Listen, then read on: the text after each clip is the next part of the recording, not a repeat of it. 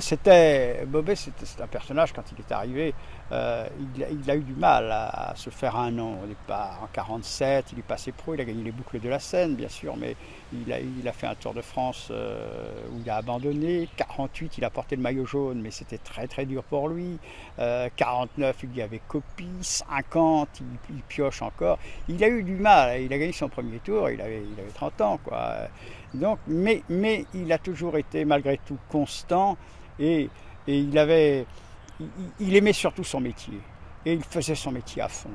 Et je crois que dans ce domaine, on ne pouvait rien lui reprocher. Mais il était amoureux de son sport et il avançait avec son sport.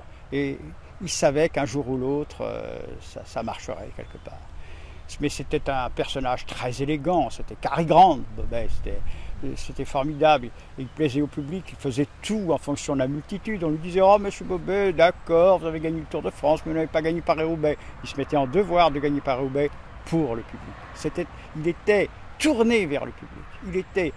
Il avait une élégance physique, mais il avait aussi l'élégance du geste et une élégance humaine en général.